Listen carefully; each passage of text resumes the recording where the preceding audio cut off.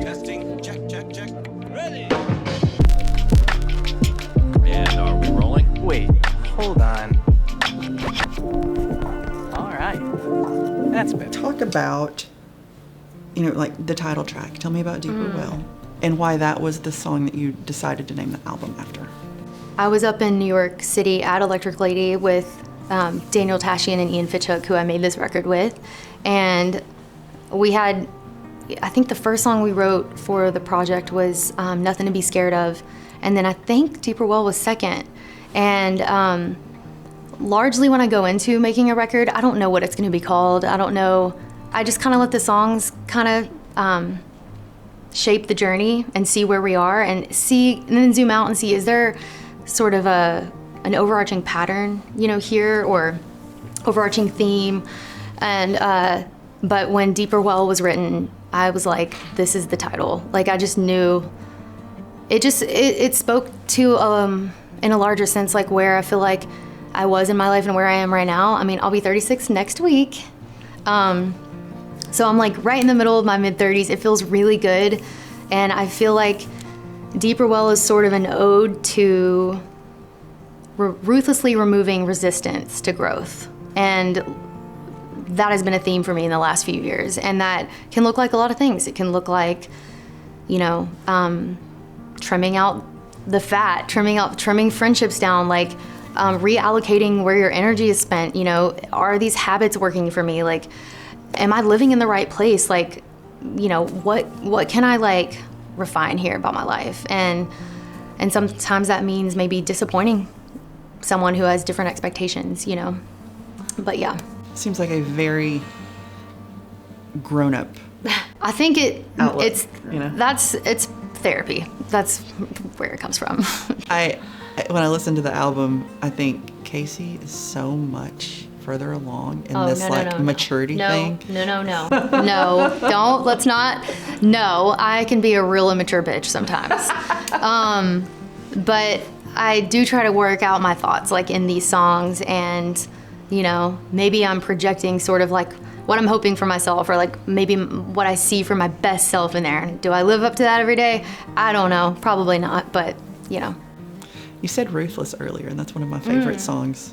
Thanks. On the album. As a mom, Totally. It's like, I'm a nice person, but if you screw with my kid. Exactly. Yeah, I thought about my nephew when we were creating that song. It's like, obviously it can be about somebody that you're in love with, or it can be about anyone that you love, and that you feel protective over. That's how I feel about my friend group. I'm nice until if you're messing with somebody that I really love, gloves come off. Oh yeah. Yeah.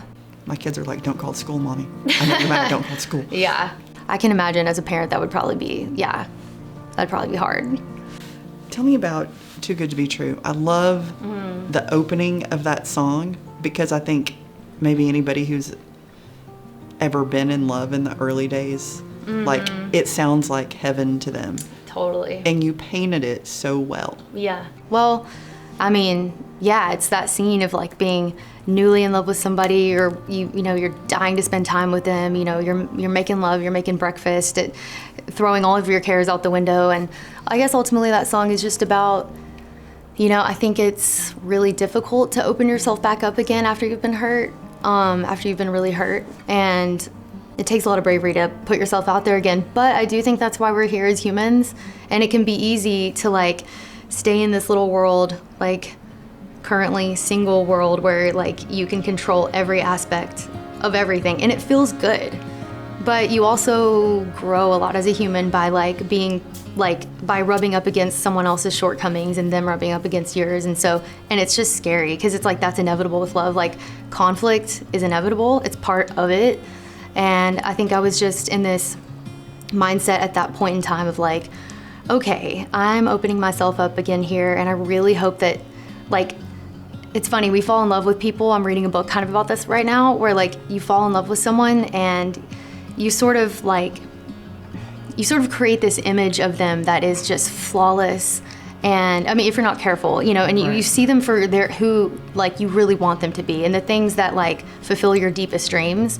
And they're also just human, And so, I don't know, it's somewhere in there. It's just like hoping, okay, this person that I'm like, I'm going back in, I'm falling for you. Like, is this, please don't be too good to be true, you know? You're showing me your best self, and I'm kind of projecting onto you as things that I really want, and I really hope they match up at the end of the day. The thing that you said about being single and it being and being good with it, and then because I think when you get to that place, it's a big decision, Right. to do it again, know, and it's I not know. something that you really hear people talk about. Right, I know. I've been single right now for almost a year, and I'm kind of like, this is amazing. Like, no one is messing with my peace, you know? And I can pour into myself wholly and completely. And I mean, I've been a serial monogamous my whole life, so I needed this to see I do not need somebody to be truly happy. Like, I'm not scared of being alone. So the next person that comes into my life better be high value, because I have everything I need. I feel good in my body. I have amazing friends. I just love where I'm at, and I'm not like searching for anything. So it's like, if you're coming in, you better be adding, and that's where I'm at, y'all.